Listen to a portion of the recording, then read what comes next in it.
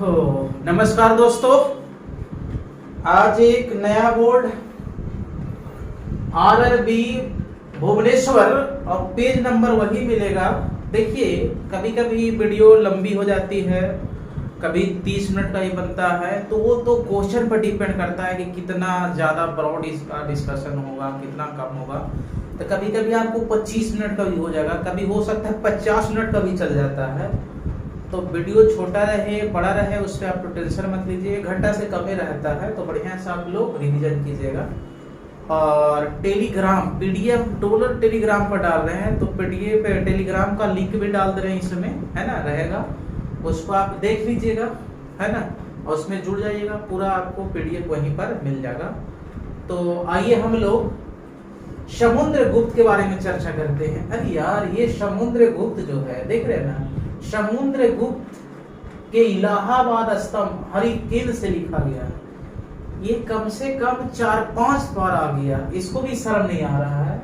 ऐसा लग रहा है भाई गर्लफ्रेंड और बॉयफ्रेंड करा रहा है, हमेशा आ रहा है, ऐसा आ रहा है, देख रहे हैं ना। तो इसमें समुद्रगुप्त के बारे में फिर से थोड़ा सा देखना पड़ेगा। ये हम लोग पढ़ चुके हैं समुद्रगुप्त। देखिए, इसको भारत का नेपोलियन बोलते हैं, भारत का नेपोलियन। अच्छा, ये भारत का नेपोलियन किसने बोला था? तो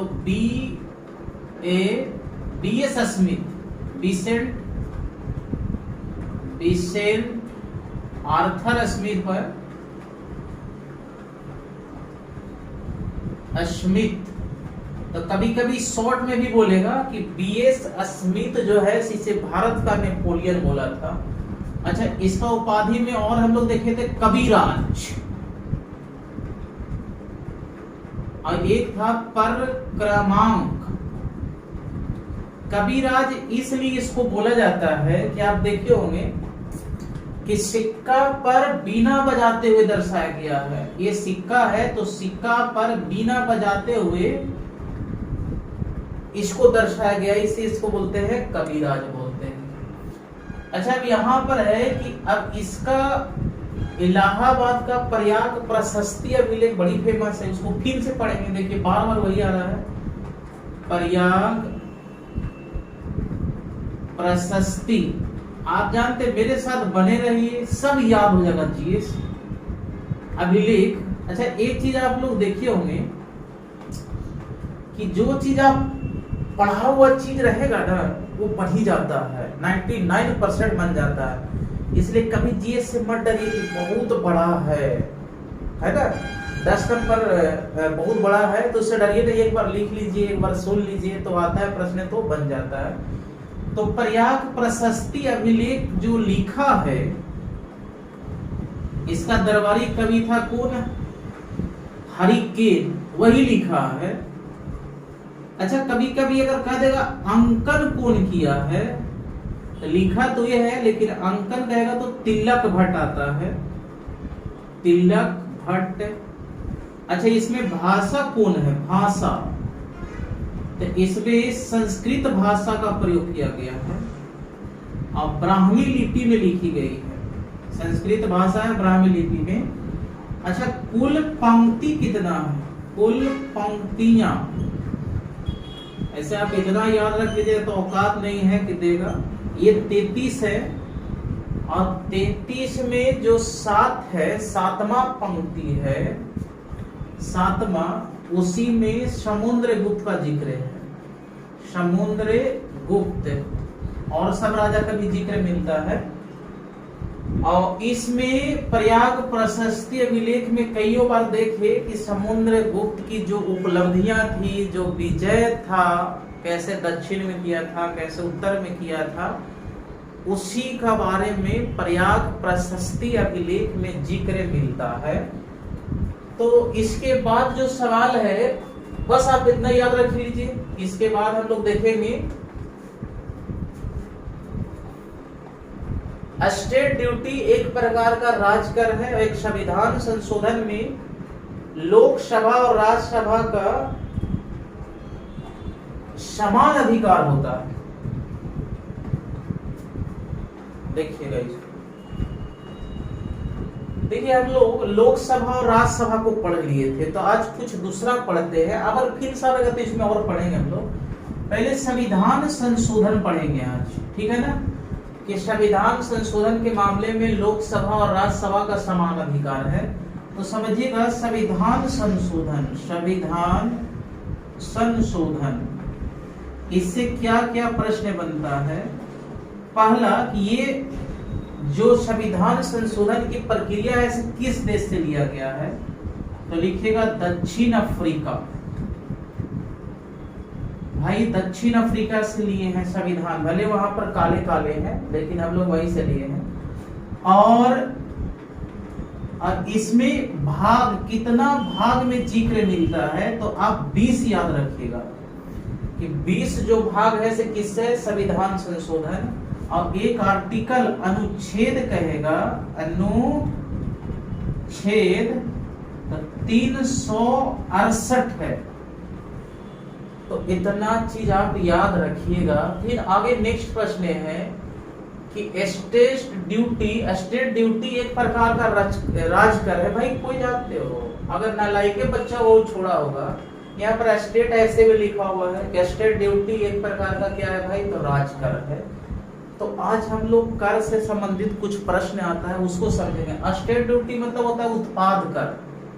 उत्पाद कर, जैसे मान लीजिए आप किसी सामान का उत्पादन करते हैं, शुरू जहां से प्रोडक्ट निकलती है तो वहीं पर टैक्स लग जाती है। जैसे आप 1 रुपया के माचिस भी लेते होंगे तो उसमें लिखा रहता है ऑल टैक्स इंक्लूडेड, कि सभी टैक्स इसमें क्या है भाई, इंक्लूड है। आपको टैक्स तो देना ही पड़ेगा, टैक्स से ही सरकार चलती है।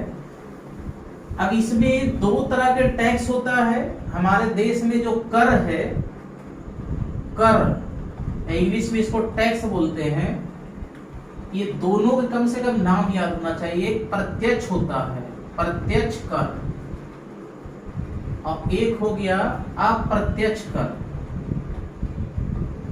अप्रत्यक्ष कर, प्रत्यक्ष कर उस कर को बोलेंगे जिससे आपको डायरेक्ट रूप से लेगा टैक्स, तो उसको बोलेंगे प्रत्यक्ष कर। जैसे आपको मान लीजिए इनकम है तो इनकम पर जो टैक्स लगेगा वो प्रत्यक्ष कर होगा।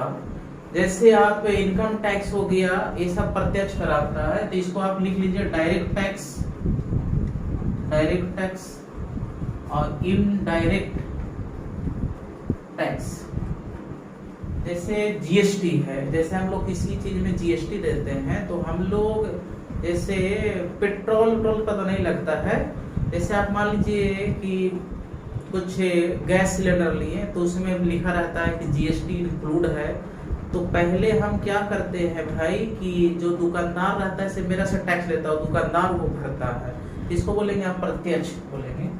इसमें कम से कम नाम याद रखिए आप कि कौन कौन आता है। तो इनकम टैक्स, इनकम टैक्स जो है या इसको बोलते हैं आयकर।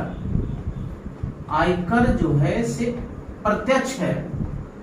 दूसरा लिखिएगा कॉर्पोरेट, कॉर्पोरेट टैक्स,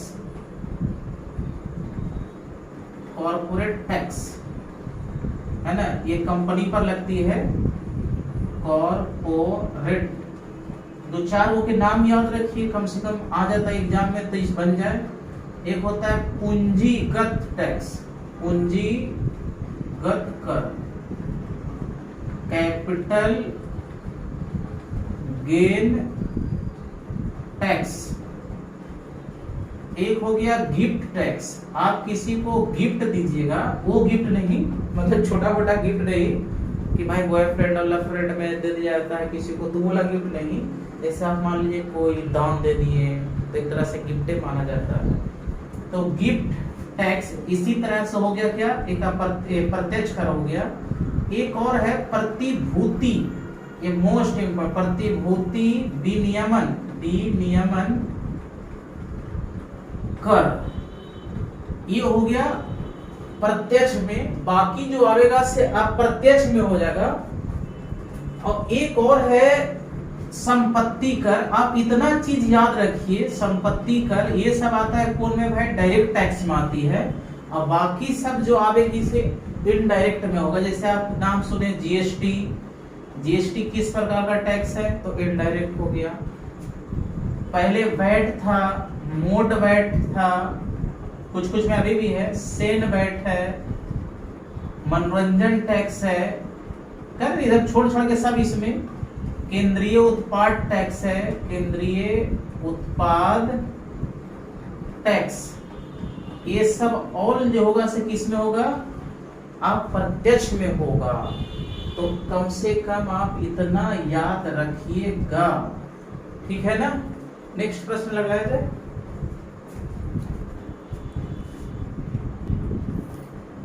देखिए प्रश्न है कि दामोदर नदी घाटी परियोजना 1948 में बनी। जैसे हम लोग परियोजना जो पढ़ रहे थे, नाथप्पा झांकरी, पोंग परियोजना, ऐसे पढ़े थे हम लोग। तो भारत की सबसे पहली जो परियोजना बनी थी यही बनी थी, दामोदर नदी घाटी परियोजना। अच्छा, ये सब परियोजना क्यों बनाते हैं भाई? तो नदी पर बांध बनाकर ढेर सारा फायदा उठाना, सिंचाई करना, बिजली का उत्पादन करना, इसको बोलते हैं नदी घाटी परियोजना। और सब कुछ होता है। तो ये वाला कॉन्सेप्ट जो है से सर्वप्रथम अमेरिका में आया था। तो अमेरिका में टेनेसी परियोजना आया था, उसी को देखकर हम लोग फोटोकॉपी करके भारत में दामोदर नदी घाटी परियोजना लाए। तो थोड़ा सा इसके बारे में लिखिएगा कि भारत का प्रथम नदी घाटी परियोजना ये दामोदर है, दामोदर नदी घाटी परियोजना। ये किस नदी पर होगा? दामोदर नदी पर होगा। ये कहां पर है? तो वेस्ट बंगाल में, पश्चिम बंगाल में मिलेगा। कुछ और परियोजना है, कुछ लिख लीजिए। पहले हम लोग पढ़े थे पोंग, तब उसको नहीं पढ़ेंगे। एक लिखिए नागा अर्जुन परियोजना, ये आंध्र प्रदेश का है और ये कृष्णा नदी पर है। इसके बाद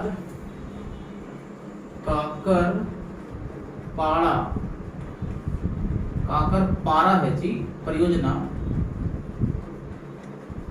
ये गुजरात में है और ये ताप्ती नदी पर, ताप्ती नदी। एक है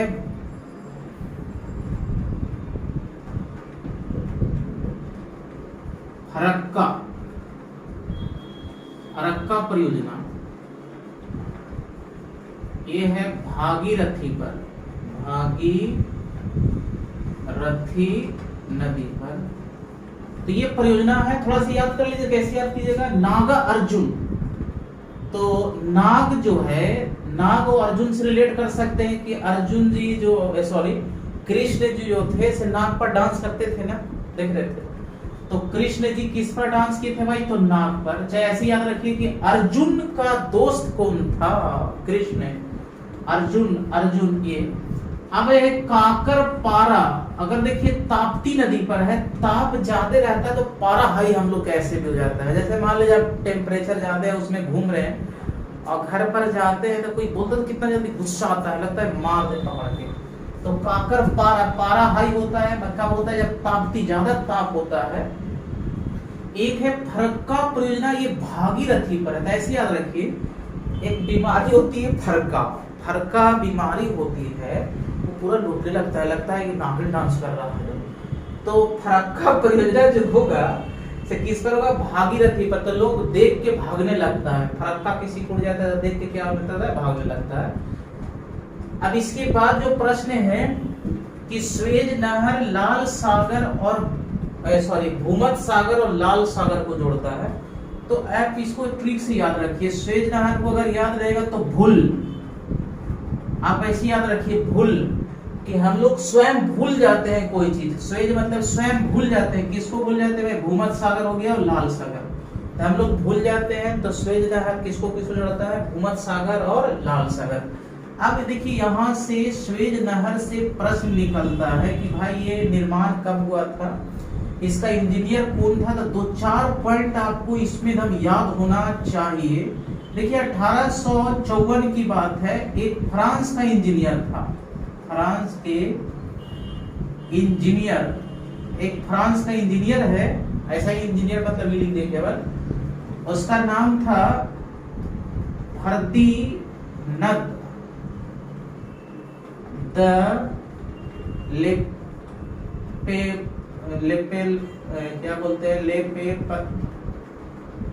नाम थोड़ा सा बड़ा होता है उस सबके जी, फर्दिनंद आप याद खाली कर दिए, फर्दिनंद।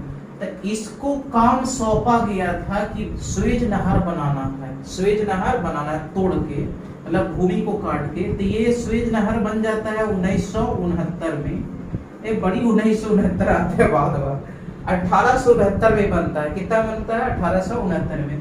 यही इस समय महात्मा गांधी का भी जन्म हो रहा, इधर जन्म हो रहा, उधर बन रहा है। तो स्वेज नहर बना, स्वेज नहर बना कब भाई? 1869 में। फ्रांस का इंजीनियर था फर्दिनंद, खाली बस है तैयार है फर्दी। और इसका राष्ट्रीयकरण 1956 में हुआ, ये 1956 ही है। और इस पर जो अधिकार जो है, जो राष्ट्रीयकरण किया था से अभी किया, ये मिस्र किया है, कि मिस्र के पास ही है ना। अगर आप वर्ल्ड का मैप जानते होंगे तो पता होगा। तो आप इतना कम से याद रखिए कि इसका निर्माण कब हुआ? तो 1869 में। राष्ट्रीयकरण कब हुआ? 1956 में। और इस पर अधिकार किसका है? मिस्र का अधिकार है। नेक्स्ट प्रश्न है कि ऑस्ट्रेलिया महाद्वीप में कोई भी ज्वालामुखी नहीं। देखिए एक महाद्वीप भी है, एक देश भी है। अब एक ऑस्ट्रेलिया की बात आई है, ऑस्ट्रेलिया, तो हम लोग ऑस्ट्रेलिया के बारे में थोड़ा सा पढ़ लें। पहली इसकी राजधानी कैनबरा, यहाँ पर है कैनबरा। अच्छा इसका करेंसी क्या होगा? तो ऑस्ट्रेलियन डॉलर, ऐसे डॉलर का चिन्ह होता है तो डॉलर। यहाँ पर करेंसी क्या चलता है? डॉलर चलता है। यहाँ पर दो नदी बड़ी फेमस है, इसका नाम याद रखिएगा, मर्रे एंड डार्लिंग। मर्रे और क्या? डार्लिंग। मतलब ऐसा है कि डार्लिंग पर हम लोग क्या हो जाओगे भाई? मर मिटो। तो मर्रे और डार्लिंग, ऐसा नहीं है, बकवास ये सब चीज है ना। मर्रे और डार्लिंग किस पर है? कहाँ की नदी है? ऑस्ट्रेलिया की है। अच्छा एक सवाल और यहाँ से है कि डाउन्स घास का मैदान, ये घास का मैदान कहां पर है भाई? तो ऑस्ट्रेलिया में ही है कि डाउन्स जो घास का मैदान जो है से कहां पर है? ऑस्ट्रेलिया में है। एक पॉइंट आप और याद रखिएगा, देखिए यहां पर आप कभी पढ़े होंगे यहां पर एक प्रवाल भित्ति है, इसका ग्रेट बैरियर रीफ बोलते हैं, इसको ग्रेट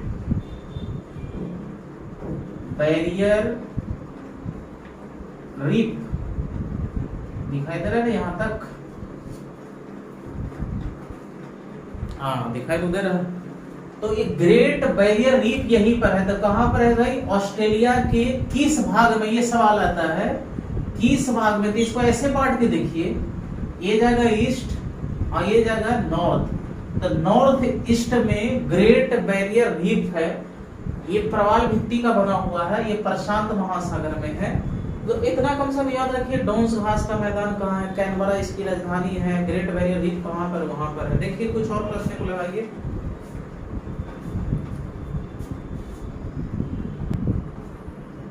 देखिए नेक्स्ट प्रश्न 2 है और इसके बाद 2-3 और बचा हुआ है। दिया हुआ है कि चीन का प्रसिद्ध दीवार लगभग 8851 किलोमीटर। इसको फोटो थोड़ा सा लगा दीजिए, कुछ बच्चे लोग देख लेंगे, कुछ लोग को नहीं पता होगा कैसा दीवार है। देखिए ये जो दीवार है से बहुत लंबी है। आप देख रहे हैं कितना, लगभग लंबाई कितना है? आप देख रहे हैं चीन का प्रसिद्ध दीवार लगभग इतना मीटर लंबा है ना, 8851 किलोमीटर। यहाँ पर नहीं, ये बहुत बड़ा है। अरे बात, अब इसमें देखिए क्या सवाल पूछता है कि इसको बनाया किसने था? तो इसका देखिए चाइनीज नाम रहेगा किन सिंग हुआंग। इसका चाइनीज नाम है भाई, चाइना में रहने करेगा तो कौन है? मतलब वहां का राजा बनाया था, किंग सी हुआंग। अच्छा, इसका उद्देश्य क्या था? ये सर्वर इतना बड़ा बनाने का इसका उद्देश्य क्या था? इसका उद्देश्य क्या था? तो वहां का जो राजा का बड़ी डर था कि बाहरी लोग का आक्रमण ना हो जाए। हाँ, बाहरी लोग का क्या हो जाए? आक्रमण ना हो जाए। इसलिए क्या करते, चारों तरफ से गिर दो। अगर चारों तरफ से गिर देंगे और पूरा ऊंचा दीवार बना देंगे तो कोई आक्रमण करवे नहीं करेगा, बच जाएंगे। तो सुरक्षा के उद्देश्य से, सुरक्षा के उद्देश्य से बनाया गया था, सुरक्षा के उद्देश्य से। अब एक राज की बात है कि एक ऐसा दीवार है कि जो जब कोई अंतरिक्ष में जाता है, वो अंतरिक्ष से दिखता है तो ये बढ़िया दिखाई देता है। तो अंतरिक्ष से जो दिखाई देने वाला जो भाग है, अंतरिक्ष से दिखाई देने वाला दीवार, ये अंतरिक्ष से भी दिखाई देता है। बस इसका बस इतना ही आप याद रखिए। चाइना के बारे में थोड़ा पढ़ लिए थे।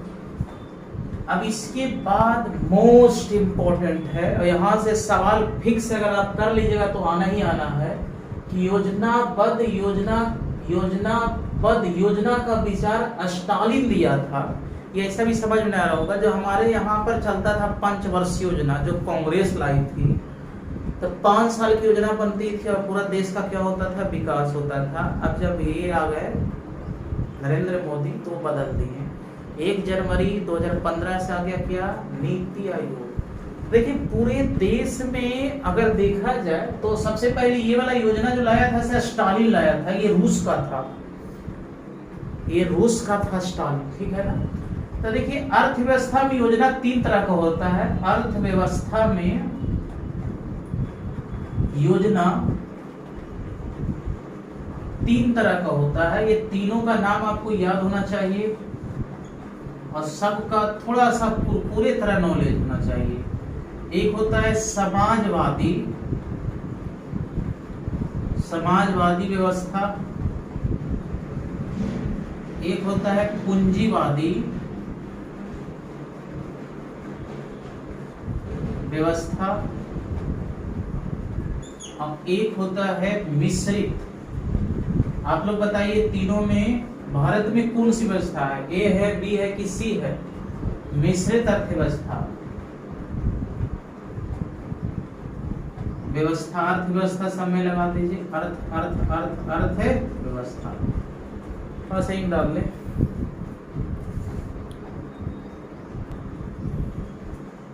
देखिए तीनों को थोड़ा थोड़ा समझ लेना है।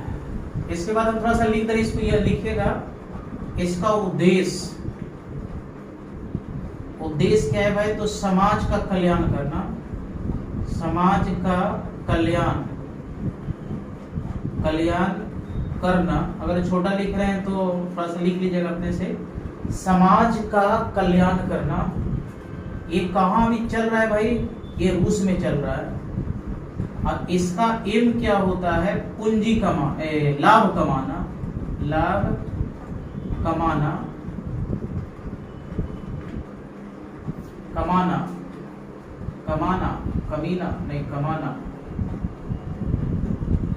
पूंजी कमाना। और इसमें क्या होता है भाई? समाज कल्याण प्लस लाभ, ये दोनों होता है। अब इस पर जो नियंत्रण करता है इसको से सरकार करती है। अब इसको जो नियंत्रण करता है, नियंत्रण मतलब कंट्रोल करने वाला, ये निजी व्यक्ति करता है। और इसमें आ जाएगा निजी प्लस सरकार। इतना भी पॉइंट याद रखिए, भी थोड़ा समझा रहे उसको। देखिए समाजवादी का उद्देश्य होता है समाज का कल्याण करना। जैसे मान लीजिए भारत में देखिए दोनों है, एक मिश्रित भी है और पूंजीवादी भी है। तो जैसे मान लीजिए कि गांव में आपका एक सरकारी स्कूल खुला, तो उसका उद्देश्य क्या होता है भाई? समाज का क्या करना? कल्याण करना। जैसे हम लोग को गांव में राशन उसन जो भी मिल रहा है, इसका उद्देश्य क्या है? समाज का कल्याण करना, कि हर आदमी लाभ उठा सके। तो समाजवादी का मूल उद्देश्य होता है समाज का कल्याण करना। इसका उद्देश्य लाभ कमाना नहीं होता है। जैसे सरकारी स्कूल है तो उसमें सरकार कहाँ से लाभ कर रहा है, अपने लॉस में जा रहा है, कितना टीचर के पैसा दे रहा है, ये दे रहा है, वगैरह वगैरह, ये सब खाना होना मिडिल ये सब दे रहा है ना अधिकतर तो, लेकिन खाना वाना खाया जाता है। जैसे हम लोग भी देखते होंगे पहले बचपना कुछ और था। तो इसका उद्देश्य क्या है, समाज। ये ऐसी व्यवस्था कहाँ पर चलता है, रूस में चलता है, और इसका नियंत्रण सीधे सरकार करती है। अब स्कूल का नियंत्रण निजी के हाथ में रहेगा नहीं ना। पूंजीवादी जो है ये देश है अमेरिका, अमेरिका में चलता है पूंजीवादी। ऐसे तो और देश है, ब्रिटेन ब्रिटेन सब है। तो पूंजीवादी का मूल उद्देश्य होता है लाभ कमाना। इसी को बोलते हैं निजीकरण। निजीकरण को ही बोलते हैं पूंजीवादी व्यवस्था, कि भाई सरकार का जरा भी नियंत्रण कोई चीज पर नहीं होगा। कोई फैक्ट्री खोल रहा है, कोई दुकान खोल रहा है, तो सब निजी के हाथ में होता है। कितना मूल्य रखना है, कितना बढ़ा के बेचना है, कितना घटा के बेचना है, सब कौन करता है, निजी व्यक्ति करता है। जैसे मान लीजिए रेलवे का प्राइवेट हो रहा है, निजीकरण हो रहा है। अब इसमें जो निजी आदमी कोई खरीद लेगा रेलवे, तो उसमें तो कितना लोग के भर्ती देना है, करना है, और कितना सैलरी देना है, सब कौन डिसाइड करना, निजी व्यक्ति करेगा।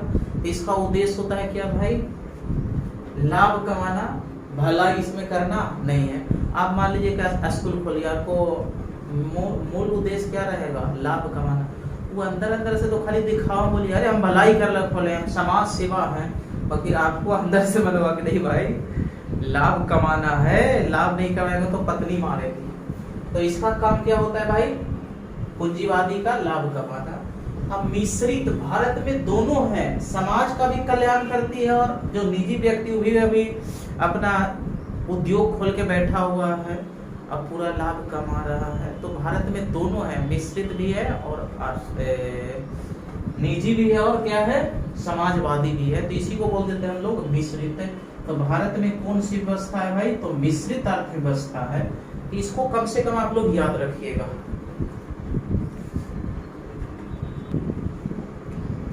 देखिए नेक्स्ट प्रश्न दिया हुआ है कि चंद्रमा पर सबसे पहले मानव सहित अंतरिक्ष यान अपोलो 11 गया था, जो नील आर्मस्ट्रांग के नाम सुने होंगे, जो 1969 में किया था। वो मिशन था अपोलो 11, इसको लॉन्च किया था अमेरिका। तो आज हम लोग थोड़ा सा अपोलो 11 के बारे में समझेंगे। अपोलो 11 मिशन, देखिए ये लॉन्च किया गया था, लॉन्च अमेरिका द्वारा, है ना। इसमें क्या था भाई, इस मिशन के द्वारा इंसान को कहां पहुंचाना था, चंद्रमा पर। तो इस मिशन में 3 व्यक्ति को चुना गया था। आपको तीनों तो नहीं तो कम से कम एक के तो नाम याद होना चाहिए, नील आर्मस्ट्रांग, नील आर्मस्ट्रांग नाम थोड़ा सा, और दूसरा है एड्रिन, और तीसरा है माइकल कोलिंस। तो देखिए नील आर्मस्ट्रांग जो था ये गया, और एक एल्ड्रिन गए थे, और एक माइकल कोलिंस गए थे। तो सबसे पहले जो चंद्रमा की धरती पर जो उतरे, जो पांव रखने वाले थे, जो पांव रखे हैं, तो सबसे पहले जो पांव रखे से कौन रखे हैं, नील आर्मस्ट्रांग। और ये कब था भाई, ये समय कब था, ये समय इसको याद रखिएगा, 23 जुलाई 1969, 23 जुलाई 1969। तो सबसे पहले पैर ये रखे थे, और दूसरा बार में उतरे कौन, ये उतरे। तो दूसरा पैर रखने वाला जो व्यक्ति थे से कौन थे भाई, एल्ड्रिन थे। ये माइकल कोलिंस जो थे यही मतलब कि अंतरिक्ष यान में ही बैठे रहे थे, रॉकेट में ही बैठे रहे थे, ये चंद्रमा की धरती पर नहीं उतरे थे। तो पहला व्यक्ति ये था, दूसरा व्यक्ति ये था। अभी तक चंद्रमा पर कुल 12 आदमी गया है, टोटल 12 व्यक्ति चंद्रमा की धरती पर रख चुका है, और सब कहाँ का, अमेरिका का ही है। अच्छा अब यहाँ पर सवाल उठता है कि सर भारत कब भेजेगा, तो भारत के पास अभी उतना क्षमता नहीं है, रॉकेट उतना डेवलप ना हुआ है। कि किसी आदमी को ले जाए और लेके आ जाए, ना तो ऐसा हुआ ले जाने वाला है वहीं पर बेचारा सड़ गया। तो भारत ऐसा करेगा, जरूर करेगा, कम से कम टाइम है लगभग 2050 तक, जब हम लोग दाढ़ी में सब पक जाएगा। अब बाल तो अभी पकने वाला की बात है, तो हो सकता है कि 2050 तक ये हम भारत भी मानव मिशन भेजे। अभी तो हम लोग चंद्रयान 1 भेज रहे हैं, चंद्रयान 2 भेज रहे हैं, चंद्रयान 3 भेजेंगे, अभी तो सैटेलाइट भेज रहे हैं, अभी आदमी तो भेज ही रहे हैं। अच्छा, इसमें एक और सवाल है कि ये जहां पर पैर रखे थे उसको बोलते हैं शांत सागर। तो शांत सागर कहां पर भाई? चंद्रमा पर है। इसी को बोलते हैं सी ऑफ ट्रांसक्वालिटी।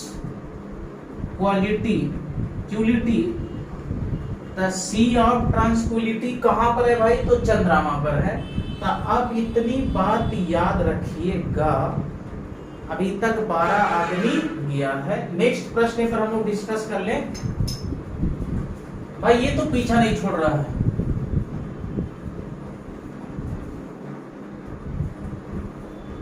ये पीछा नहीं छोड़ रहा है कि शीशे का सिक्का सातवाहनों ने चलाया था। लगता है कल सातवाहन को ही पढ़े थे कि इसका संस्थापक जो था से सिमुक था, और इसकी राजधानी कहां पर थी? प्रतिष्ठानपुर में थी।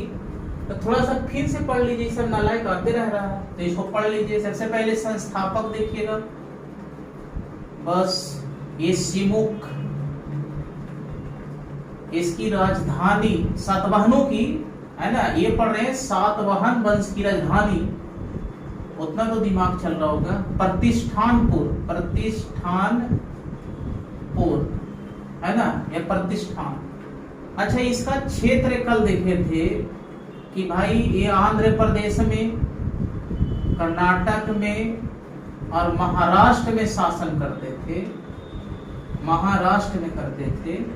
और ये सिक्का जो चलाया था, सिक्का, इसका जो करेंसी था से सीसा का था। यही बार बार पूछ रहा है, सीसा। एक नाम आता है प्रोटीन, प्रोटीन लिख दिए भाई, लग रहा है खा रहा, प्रोटीन। और एक कांसा और टीन। ये सारी ऐसा प्रश्न आ जाए तो सीधा मार दीजिए सतवाहन, कोई दिक्कत नहीं है। अच्छा, इसमें तो बड़ी चीज और पढ़ लिए थे, लेकिन इसमें कुछ राजा हुए हैं, इसकी समाज मातृ शतात्मक की कुछ राजा हुए, उन राजाओं के थोड़ा सा नाम हम लोग आज देख ले तो अच्छा रहेगा। एक है गौतमी पुत्र सतकर्णी, एक पहला के नाम लिखेगा गौतमी पुत्र सतकर्णी, और दूसरा लिखेगा सत्यकर्णी प्रथम। अब एक है आपको हाल, क्या हाल है, और एक है विशिष्टि, थोड़ा थोड़ा सबके बारे में। विशिष्टि पुत्र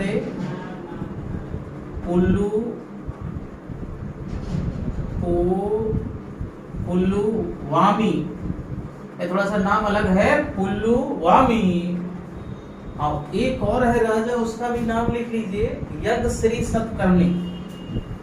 यज्ञ श्री सतकर्णी। ये सब करनी सब जब लगा हुआ है ना, सब किस वंश से होगा भाई? तो इसके बारे में बस थोड़ा थोड़ा एक को विशेषता पढ़ लिया। अभी तो इससे सवाल नहीं बना है, मगर हो सकता है बन जाए तो, है ना। अब देखिए, एक गौतमी पुत्र सतकर्णी जो सबसे प्रसिद्ध साधक था, सबसे प्रसिद्ध शासक, और इसका उल्लेख जो है से नासिक अभिलेख में मिलता है, नासिक अभिलेख। अच्छा, इससे पहले हम लोग पढ़े थे कि नासिक अभिलेख का संबंध किससे? तो गौतमी पुत्र सतकर्णी से, ऐसा पढ़े थे। अब एक आया है सतकर्णी प्रथम, तो इसका उपाधि थोड़ा सा देख लीजिए। इसको उपाधि बोलते हैं, उपाधि दक्षिणा पथपति, मतलब दक्षिण के पति कौन है? तो सतकर्णी प्रथम। और इसको और अप्रतिहत चक्र भी बोलते हैं, चक्र। ऐसे देता डिग्री ने पूछेगा। दक्षिणी पथ स्वामी कौन है भाई? हाँ ये है। एक हाल है तो एक रचना किया है। गाथा सप्त सती, एक गाथा सप्त सती किसकी रचना है? हाल की है।